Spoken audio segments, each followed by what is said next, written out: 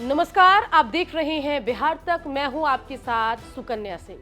Chirag Paswan NDA में असहज हैं, ऐसा दावा किया जा रहा है पशुपति पारस की पार्टी और महागठबंधन के नेताओं के द्वारा।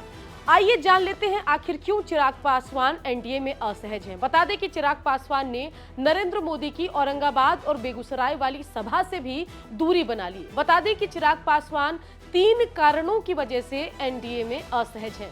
पहला कारण है नीतीश कुमार की अचानक से एनडीए में एंट्री। बता दें कि 2020 से चिराग पासवान लगातार नीतीश विरोध की राजनीति कर रहे हैं। ऐसे में जब से नीतीश कुमार की एनडीए में दोबारा वापसी हुई है, चिराग पासवान के लिए एनडीए में रहना अनकंफर्टेबल हो गया है। चिराग पासवान को समझ नहीं आ रहा कि एनडीए में रहें या ना रहें, और अगर रहते हैं तो आगे चलकर जब चुनाव प्रचार का वक्त आएगा तो चिराग पासवान नीतीश कुमार के लिए चुनाव प्रचार कैसे करेंगे, ये बड़ा सवाल है जिस पर जद्दोजहद में है चिराग पासवान। साथ ही आपको बता दें कि पशुपति पारस की मौजूदगी से भी चिराग पासवान एनडीए में असहज हैं।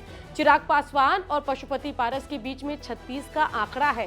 रिश्ते से तो दोनों चाचा भतीजे हैं, लेकिन दोनों लोग हाजीपुर सीट पर नजर टिकाए बैठे हैं। दोनों चाह रहे हैं कि हाजीपुर से टिकट मिल जाए, और इन सब के बीच जिस तरीके से पारस ने चिराग की पार्टी तोड़ी और उनको पार्टी और परिवार से अलग थलग कर दिया, ये बात अभी भी चिराग पचा नहीं पा रहे हैं। ऐसे में पारस के साथ रहकर एनडीए में काम करना चिराग को अनकंफर्टेबल कर रहा है। तो ये दूसरा कारण है जिस वजह से चिराग पासवान एनडीए में असहज हैं। बता दें कि तीसरा रीजन चिराग पासवान के एनडीए में असहज होने का ये है कि चिराग पासवान को मनमाफिक सीट नहीं मिल रही। चिराग पासवान अपने आप को बिहार में एक प्रभावशाली नेता मानते हैं, जिनका अपना एक फेस वैल्यू भी है।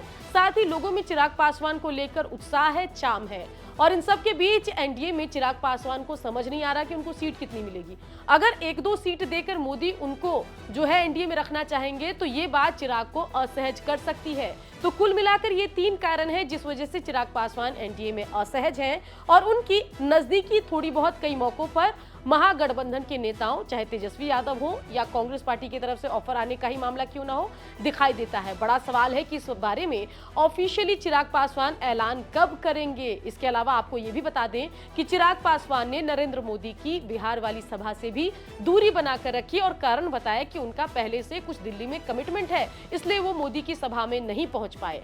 अब देखना होगा कि चिराग पासवान आगामी 2024 की रणनीति को लेकर, जी हां, 2024 के आगामी लोकसभा चुनाव की रणनीति को लेकर चिराग फाइनल अनाउंसमेंट कब करेंगे।